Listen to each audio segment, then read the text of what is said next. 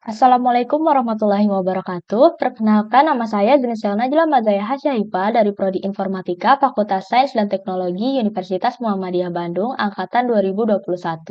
Di sini saya akan menjelaskan mengenai evaluasi prototipe aplikasi Sabira.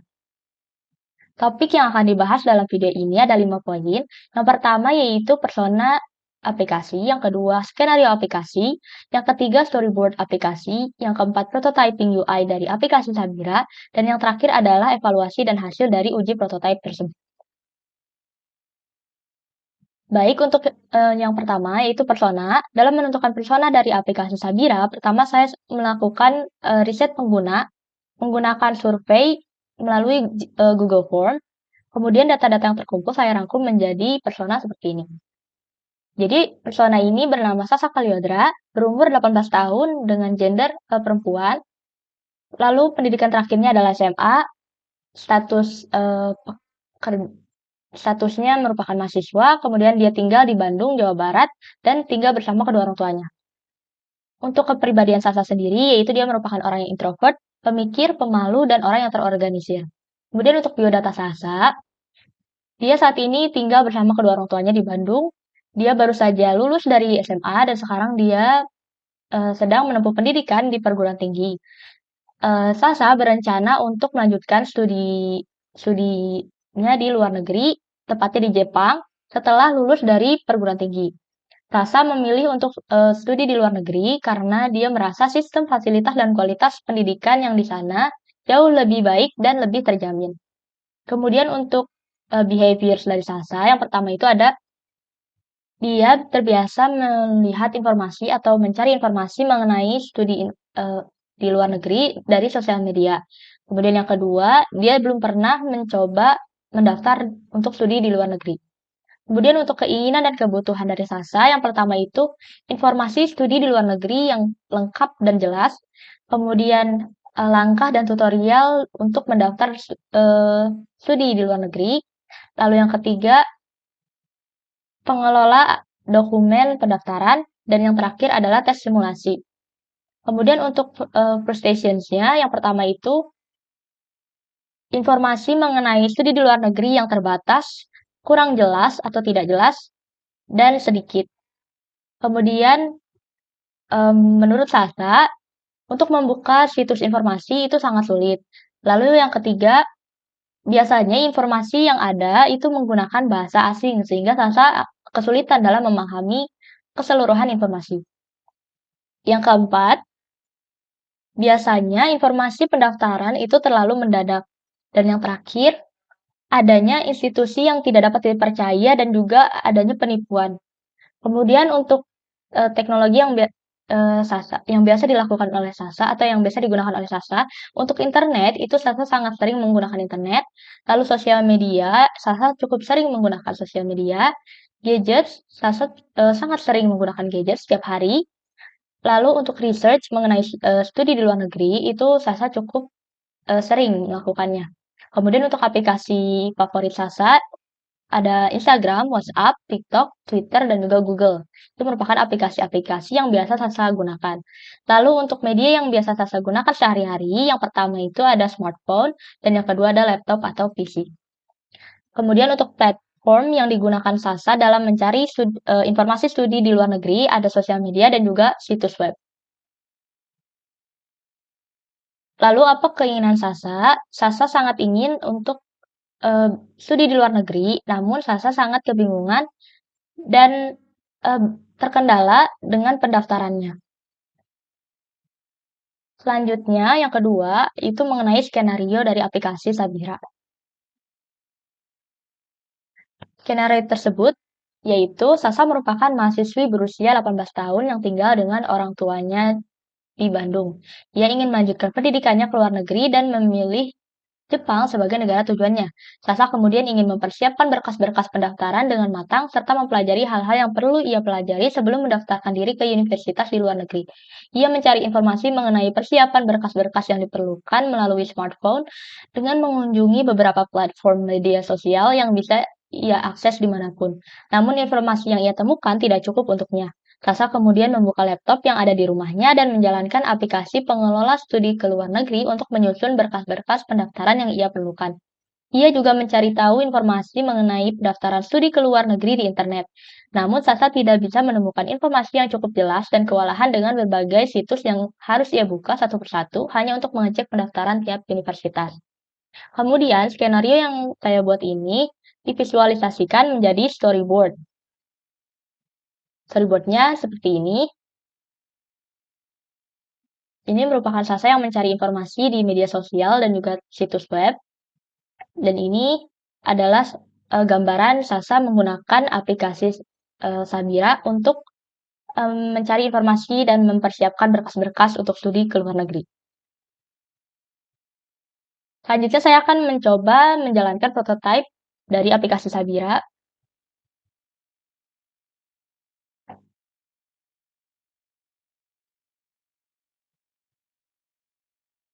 Baik, untuk prototype Sabira, yang pertama muncul itu laman seperti ini, lalu akan diarahkan ke laman pendaftaran setelah beberapa detik.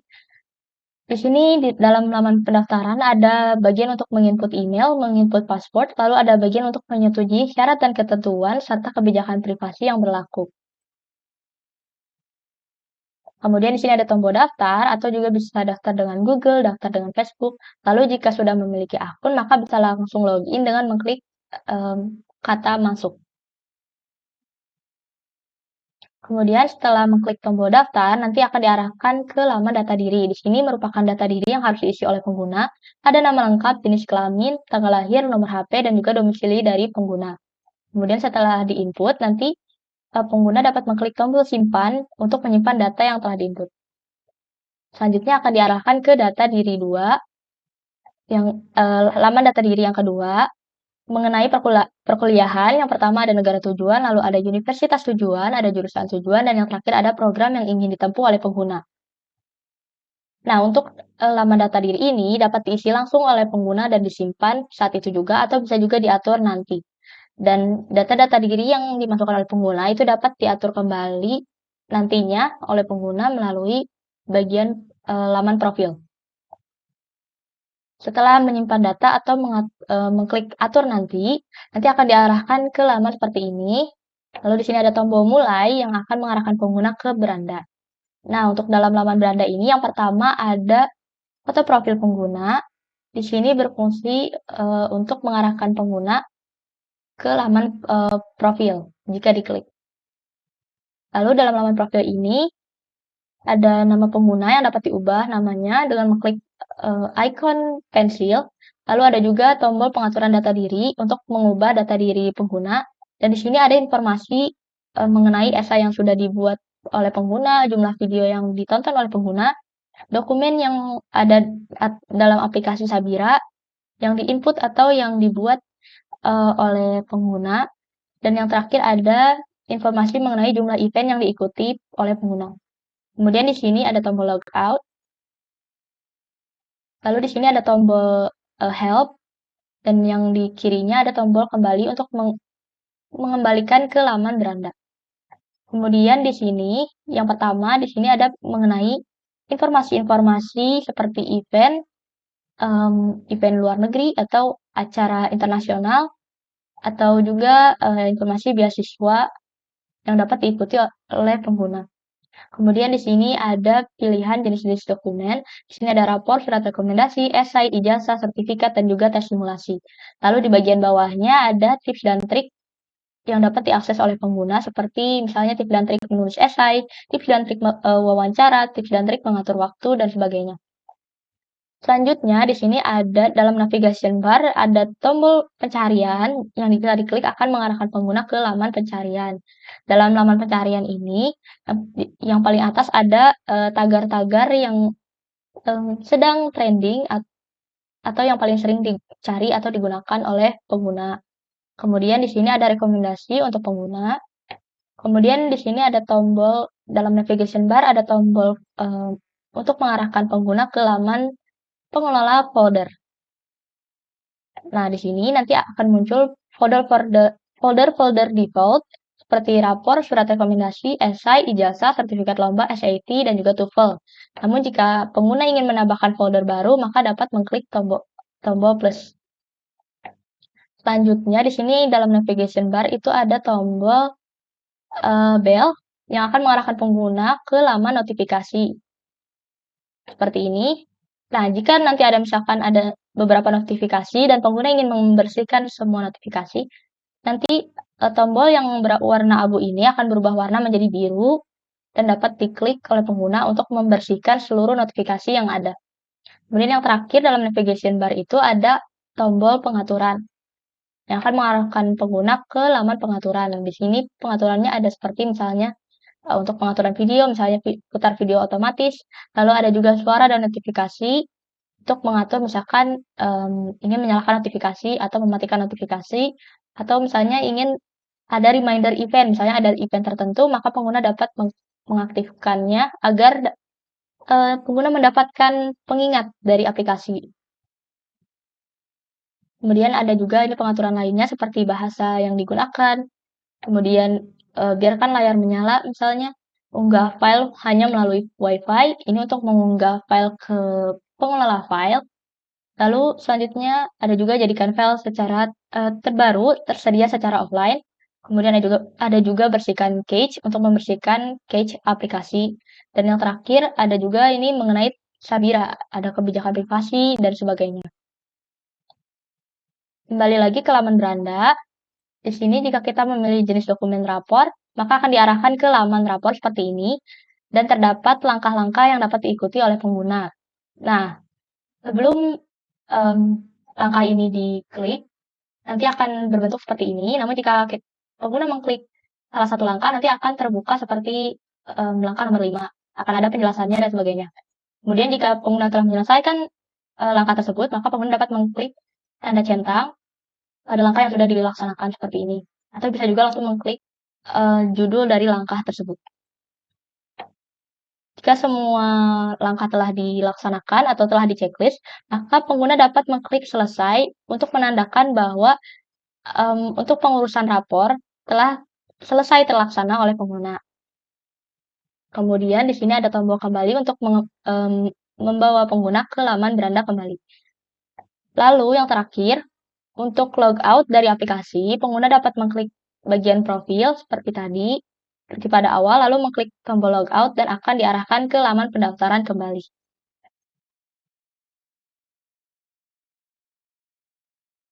Selanjutnya, untuk mengevaluasi prototipe aplikasi Sabira tersebut, saya menggunakan metode usability testing, di mana partisipan nanti diminta untuk menjalankan prototipe aplikasi Sabira sembari merekam layar mereka ketika menjalankan atau menggunakan aplikasi Sabira.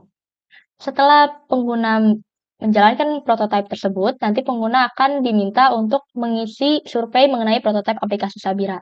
Nah, survei tersebut disusun menggunakan sistem usability scale. Selanjutnya untuk tes yang ditinjau atau yang perlu dilakukan oleh pengguna yaitu ada 18. Yang pertama ada setujui persyaratan, daftar akun, memasukkan data diri, simpan data diri, menginput data perkuliahan, simpan atau atur nanti data perkuliahan, mulai aplikasi ke beranda, memilih jenis dokumen, memberi tanda pada langkah-langkah, memberi tanda selesai setelah semua langkah selesai, kembali ke beranda, pencaharian, membuka laman folder, menambah folder, memeriksa notifikasi, mengubah setelan, mengubah nama pengguna, dan yang terakhir ada logout atau keluar dari akun. Selanjutnya saya akan menjelaskan mengenai hasil dari uji coba prototipe aplikasi Sabira. Dari uji coba yang dilakukan, dihasilkan tabel seperti ini, hasil evaluasi usability test berdasarkan rekaman layar para partisipan yang dikirim langsung kepada saya. Rata-rata waktu yang diperlukan untuk tiap tes yaitu 1,34 detik. Kemudian untuk kalkulasi hasilnya, untuk 3 parameter usability test, untuk efisiensinya sekitar 80%, efektivitasnya sekitar 98%, dan kepuasannya sekitar 82,5%. Kepuasan ini diambil dari nilai sistem usability scale Jadi untuk nilai sistem usability skill tiap partisipan, untuk partisipan pertama itu nilainya 95, partisipan kedua skornya itu 85, partisipan ketiga 85 juga, dan partisipan keempat skornya 65. Lalu didapatkanlah rata-rata skor sistem usability skill-nya itu 82,5, yang artinya aplikasi dapat diterima dan juga tergolong aplikasi yang baik.